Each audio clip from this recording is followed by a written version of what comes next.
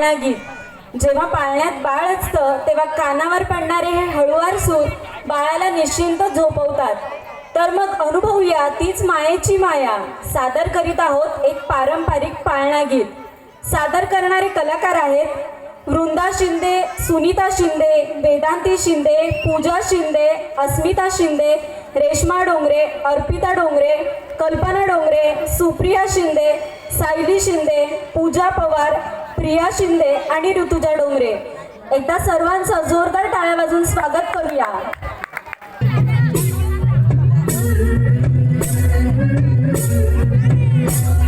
I